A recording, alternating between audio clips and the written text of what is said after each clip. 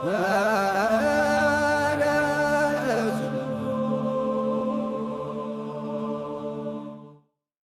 if one of the oldest Jewish communities in the world had never heard of Hanukkah, never studied the Talmud, never even spoke Hebrew? High in the misty highlands of Ethiopia, a people lived cut off from the Jewish world for centuries. They called themselves Beta Israel, the House of Israel. But their Judaism looked nothing like the one practiced in Europe or the Middle East. They kept the Sabbath, observed Passover, read the 5 books of Moses, but they also followed forgotten texts like the Book of Jubilees. Their prayers were chanted in Ge'ez, a language so ancient it predates most modern alphabets. They had no rabbis, no oral law, no knowledge of Hanukkah or Purim. To most outsiders, they didn't fit the image of Jews at all, and yet they claimed descent from the tribe of Dan, one of the 10 lost tribes of Israel. For years, historians dismissed their story as folklore, a survival myth. Maybe they were Christian converts. Maybe they just adopted Jewish customs over time. That was the assumption, until science stepped in. In 2021, a sweeping genetic study shook the conversation. It showed that Beta Israel are overwhelmingly 80% of East African origin, Cushitic-speaking groups like the Agal. But the surprise came in the minority markers. 20% of their DNA showed unmistakable links to ancient Middle Eastern populations. Even more stunning, a significant number of Beta Israel men carried the Cohen modal haplotype, a genetic signature historically associated with the Jewish priesthood, said to trace back to Aaron, Moses' brother. This wasn't just oral tradition anymore, it was written into their blood. How did a Semitic priestly lineage end up in the Ethiopian highlands? Who were the first Jews to reach these mountains? And when? Was this a migration, a mission, or something else entirely? And if their Jewish identity is that ancient, why did the world forget them? Because the next chapter in this mystery reaches beyond DNA, into royal legends, sacred relics, and a lost ark said to still rest in Aksum, under lock and under shadow. And that's not just a legend whispered in village stories, it's printed, word for word, in the Kebra Nagast, Ethiopia's 14th century royal chronicle, revered like scripture itself. According to this epic, more than 2,900 years ago, Queen Makeda of Sheba journeyed to Jerusalem. There she met King Solomon. Their union, brief but transformative, produced a son, Menelik I. Raised in Ethiopia but drawn back to his father's kingdom, Menelik returned from Israel not just with priests and nobles, but with something else, the Ark of the Covenant. Yes, that Ark. The one said to hold the 10 Commandments, the divine artifact said to destroy armies, bring plagues and collapse cities. The Kebra claims it was stolen, so perhaps gifted, and carried south to Aksum, hidden from the world ever since. And to this day, Ethiopians believe the Ark still rests inside the church of Our Lady Mary of Zion. No visitors allowed. Only one guardian priest may look upon it, and he never leaves its side. Is it myth, a brilliant tool to legitimize a dynasty, or is it something more, a coded record of a forgotten exodus? Because whether or not the physical Ark sits in that chamber, the impact of this story is real. It shaped the Solomonic dynasty, justified centuries of kingship. It gave Ethiopia a sacred tether to Jerusalem, and gave Beta Israel a bloodline that could not be questioned. But here's where it gets stranger. Because while emperors clung to Menelik and the Ark, Beta Israel told another origin story, not about stolen relics, not about royal blood. Theirs was older, quieter. A tale whispered by priests in the mountains, of a tribe that left Israel, not because of politics, but because they had no choice. and their version doesn't begin in Axum. It begins in exile. It begins in the fall of the Northern Kingdom. Because outside royal legends, another, even older story emerged, one the Beta Israel told only among themselves. That story didn't speak of kings, but of exile, not of glory, but of survival. It begins centuries before Menelik, before Axum, before the Ark, 722 BCE, the fall of the northern kingdom of Israel. The Assyrians swept in, 10 tribes vanished from the map. One of them was the tribe of Dan. And if you believe the voice of Eldad Hadani, a Jewish traveller from the 9th century, they didn't vanish. They fled. Eldad claimed he had met Danites, not in Babylon, not in Egypt, but in Africa, beyond the Nile. According to his account, they had escaped the Assyrians, crossed into Egypt, and journeyed deep into the land of Cush, ancient Nubia, modern-day Sudan and Ethiopia. He spoke of a self-ruled Jewish kingdom, isolated but faithful, practicing Mosaic law, speaking Hebrew, keeping to themselves. Was Eldad a fantasist, or did he glimpse something no one else was willing to believe? Because around the same time, another source appeared, Zephaniah 3:10, a prophecy written around 630 BCE. It reads, "From beyond the rivers of Cush, my worshippers will bring offerings to me." It doesn't say Babylon, it doesn't say Persia, it says Cush, the biblical name for the lands south of Egypt. And then the silence begins. For centuries we hear nothing, until medieval maps and memoirs start whispering of a Jewish kingdom in the Ethiopian highlands. The kingdom of Simeon. 12th century Jewish traveller Benjamin of Tudela mentioned Jews living in the mountains. Marco Polo echoed the rumour. Christian missionaries called them Kama Ayhud, like Jews. Not quite Jews, not quite not. To the Ethiopian Empire, they were heretics. To rabbinic authorities, an anomaly. Too isolated, too different, too African. They followed a law stripped of Talmud. They spoke no Hebrew, but still they clung to a name that carried weight, Beta Israel. And the question grows louder. If they were just converts, how did they know about the tribe of Dan? Why did their origin stories match a man from the 9th century? And how did their rituals echo a Judaism older than Babylon itself? Because maybe, just maybe, these stories weren't oral myths. Maybe they were genetically encoded, and now science had the chance to speak. In 2021, researchers from Nature Communications published a massive genome study. Over 1,200 Ethiopians sampled across 68 ethnic groups. Among them were Beta Israel. The results stunned even seasoned geneticists. Around 80% of their DNA aligned with indigenous East African populations, mainly Cushitic-speaking groups like the Agar, native to the Ethiopian highlands. But it was the remaining 20% that changed everything. Within that sliver of their genome were unmistakable traces of Semitic ancestry, genetic signals pointing toward ancient populations in the Levant, the Arabian Peninsula, and even parts of Egypt. It wasn't a vague similarity. These were distinct ancestral layers, markers that appeared in Jewish and Near Eastern groups, but nowhere else in Ethiopia. And then came the biggest twist. Among Beta Israel men, scientists found a significant frequency of the Cohen modal haplotype. It's a Y chromosome lineage most often associated with the Jewish priesthood, traced back, through oral and genetic tradition, to Aaron, brother of Moses. It's found among Ashkenazi, Sephardi, and Mizrahi Jews. And now, in a remote African community that had never seen a Talmud. How? These weren't people who picked up Judaism in the 15th century.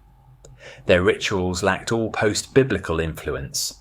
No Purim, no Chanukah, no rabbis, just the 5 books of Moses, the book of Enoch, and centuries of isolation. If they were converts, they had to be among the oldest in history, and deeply influenced by something or someone. Because you don't find Semitic priestly DNA and ancient Hebrew customs in mountain villages by accident. It's as if a spark, an ember, had travelled from ancient Israel across the Red Sea. Fanned by wind, kept alive in silence, it settled in the highlands, and over generations it reignited, a faith reborn in exile. But here's the haunting question that genetic data alone can't answer. If these people didn't arrive with a migrating Israelite tribe, then who brought them the law? Who taught them Judaism before the world even knew they were there?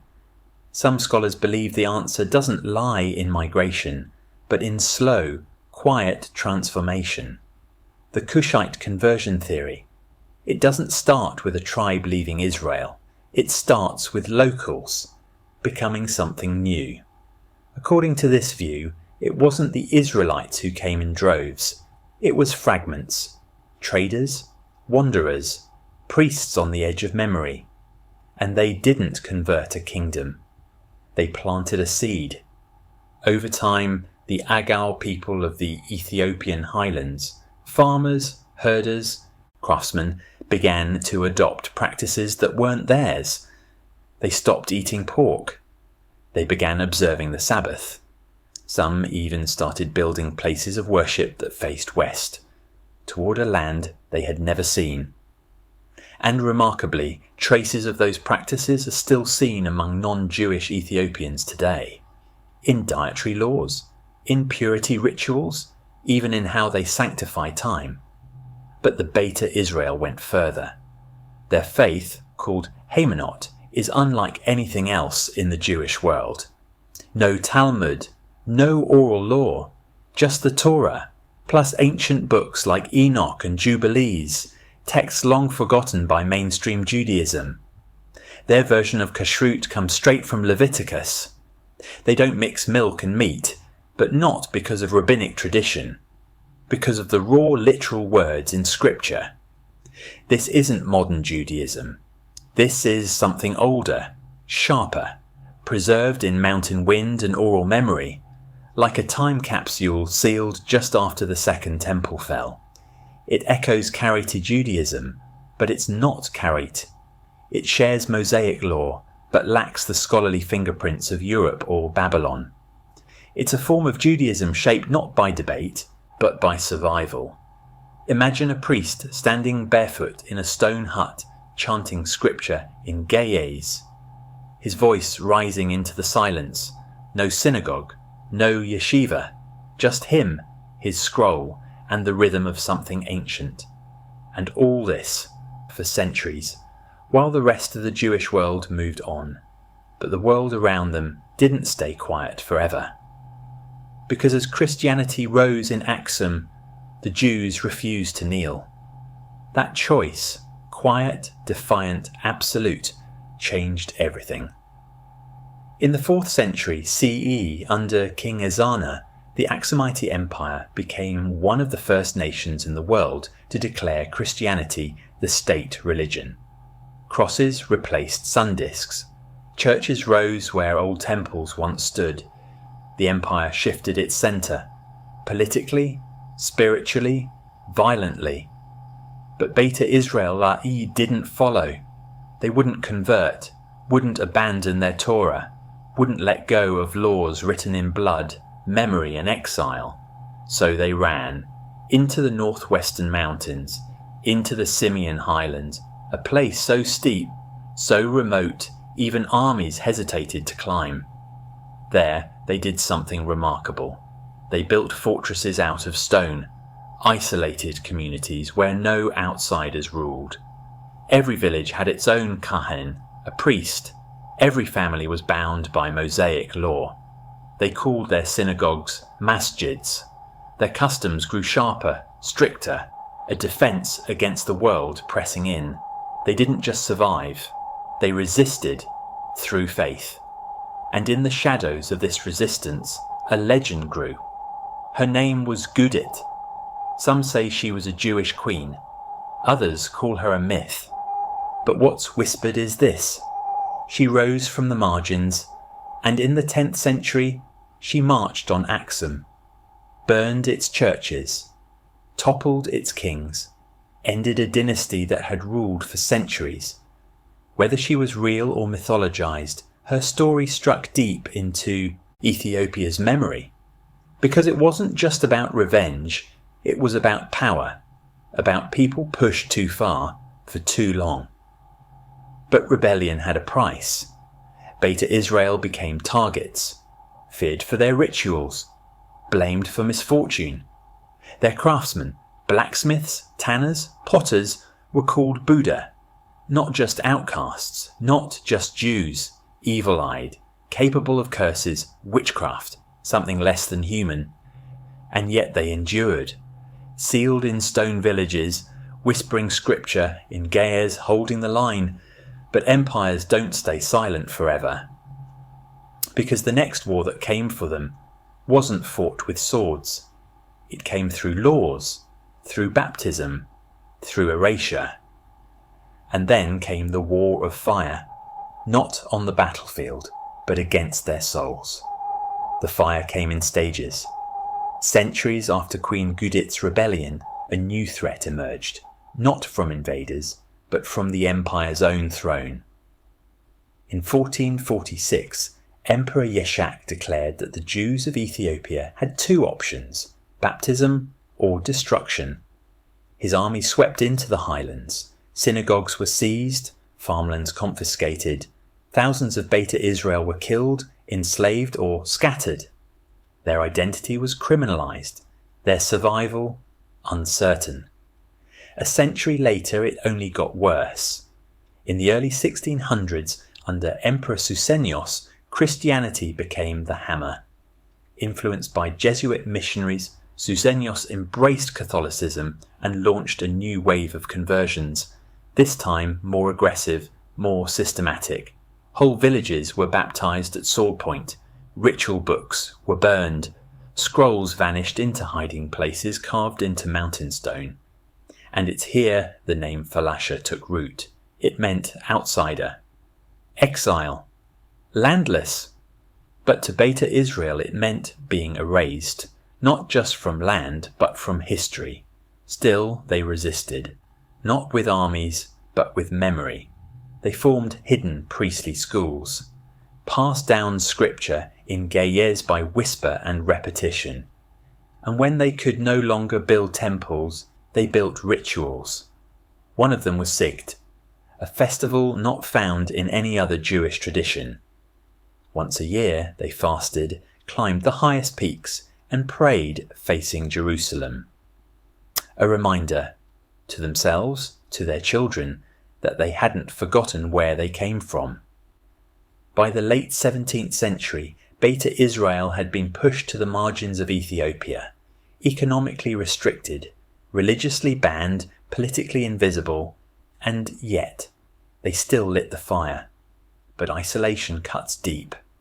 With every generation, the distance from global Judaism grew. No Hebrew, no access to rabbinic texts, no contact with Jews from Babylon or Spain or Europe. Over time, even their DNA began to reflect their seclusion. With less genetic diversity and fewer outside influences, they remembered the law. But the world forgot them, and inside that silence, something began to fade. Not their faith, but the memory in their blood. Because when centuries pass without contact, even DNA starts to forget. But language forgets faster. For generations, Beta Israel preserved scripture in ge'ez, the sacred liturgical language of Ethiopia. Not spoken in daily life, not heard in marketplaces, only in prayer, in ritual, in the rhythmic chant of priests reciting lines passed down by memory, not manuscript. There was no Hebrew, no Yiddish, no Ladino, no Jewish vernacular tied them to the rest of the diaspora. Instead, their everyday speech evolved with the mountains. They spoke Guaranya, a nearly extinct dialect of Agau origin. Others adopted Amharic, the imperial tongue of Ethiopia. Over time, even Ge'ez became less understood, recited but not always translated. The words survived, the meanings blurred. Imagine a boy learning the commandments from a priest who cannot explain the grammar. Imagine a wedding song, sung in Ge'ez, whose verses are older than the guests and older than their memory. The prayers echo through stone chambers, but the language they carry has no living nation. It's a ritual fossil, a snapshot of Semitic Judaism before the rabbis, before the diaspora splintered into tongues. And it made Beta Israel feel even more isolated, not just from Ethiopia, but from the Jewish world waiting beyond the sea. Because when they began arriving in Israel, airlifted in waves during the late 20th century, something strange happened. They had returned to Zion, but not to the Hebrew they once knew. Many couldn't read street signs. Others sat in Ulpan classes, learning a language they believed their ancestors spoke, yet feeling like strangers in the land of their prophecy. One elder said it best: "We remembered the covenant, but not the words." And that gap between memory and voice became another border, one more barrier in a long journey home, because even in the promised land, they were welcomed, but not entirely accepted. The dream of Zion was never meant to come with a form to fill out. In 1984, as famine crushed northern Ethiopia and civil war tore the nation apart, a quiet mission unfolded beneath the world's radar. Mossad agents, aid workers, diplomats, they coordinated in shadows. And then, with almost biblical speed, the sky opened. Operation Moses. In just 7 weeks, nearly 8,000 Ethiopian Jews were airlifted from Sudan to Israel. Men who had walked barefoot across deserts. Women who had buried children on the road. Elders clutching Torah scrolls written in Ge'ez, stepping onto planes they believed were angels. They thought the journey was over. But for many it was just beginning. Because when they landed, starved, exhausted, relieved, they were met not with celebration, but with suspicion. "Are you really Jewish?" they were asked, not by strangers, by rabbis. Israel's religious authorities didn't recognize Haymanot, the ancient faith of Beta Israel, as fully Jewish under halakhic law. Many were told to undergo symbolic conversions. Men were recircumcised. Women dunked in ritual mikvehs.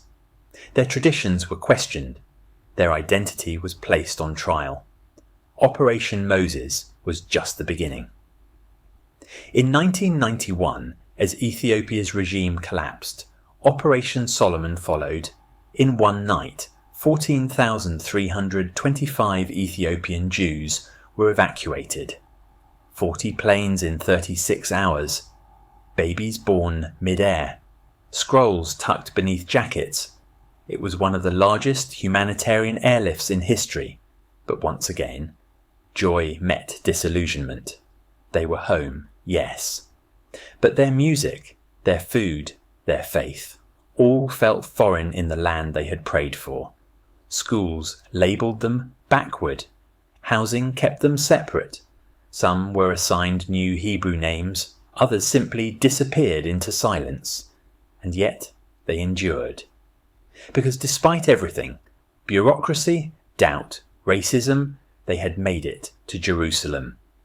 The city whispered in their sigged prayers for centuries. The city that had only ever existed in song. But the journey isn't over. Because even now, in the mountains of Ethiopia, after the airlifts, after the famine, after the world moved on, some still remain. But those who stayed weren't just forgotten. They were complicated. They are called Falashmura, the shadow cousins of Beta Israel. Their ancestors, once Jewish, had converted to Christianity under imperial pressure, some out of fear, some out of hunger, some simply to survive. But the memory didn't die. Decades passed, generations changed, and then something stirred. In the 1990s, as Israel began welcoming waves of Ethiopian Jews under the law of return, the Falash Mura stood up and asked to come too. Not as strangers, as family. They still followed Jewish customs, fasting on Yom Kippur, lighting candles, reading what scraps remained of Gezer scripture. Their children bore Beta Israel names. Their hearts turned to Jerusalem. Their DNA, nearly indistinguishable from those already flown to Israel. But halakhic law hesitated. These weren't Jews by tradition. They had broken the chain, converted, then returned. Some rabbinical courts said no. Others said maybe. Proof was demanded. Conversions required. And so they waited. In cramped compounds in Gondar and Addis Ababa, thousands waited for decades. Mothers separated from sons, brothers living in Tel Aviv, while sisters remained behind wire fences in Ethiopia. Not because of war, but because of paperwork. Family photos became divided timelines. Half of a wedding in Israel, the other half is in exile. And through it all, a deeper question burned. If Judaism is in your blood, but not in your passport, are you still a Jew? If your ancestors stood at Sinai, but your documents say otherwise, do you belong? Some were eventually allowed to return, thousands were not, and even those who arrived still carried the sting of having to prove what they never stopped believing. But beneath the politics, the theology, the bureaucracy, a mystery remained. Because Beta Israel held on to Judaism through exile, or rediscovered it through fire. One question never left the shadows. What is the true origin of Beta Israel? Maybe that question misunderstands the answer. Because the story of Beta Israel isn't one single thread. It's a woven tapestry. Cushitic roots, Jewish law, Gaze liturgy, exile, return, survival. It's not about a starting point, it's about what endured. Genetic studies confirm their primary ancestry lies in the Agau, native highland people of Ethiopia. But that's only part of the truth. Layered into their DNA are unmistakable Semitic signals, mitochondrial traces from the Near East, Y chromosomes linked to the ancient Kohanim line. These aren't just genetic echoes, they're clues, residual whispers of a link far older than paperwork and deeper than politics. And then there's the religion, Haymanot, no Babylonian Talmud, no rabbinic commentaries, just raw Torah, the Book of Enoch, Jubilees, Leviticus, memorized and sung for centuries.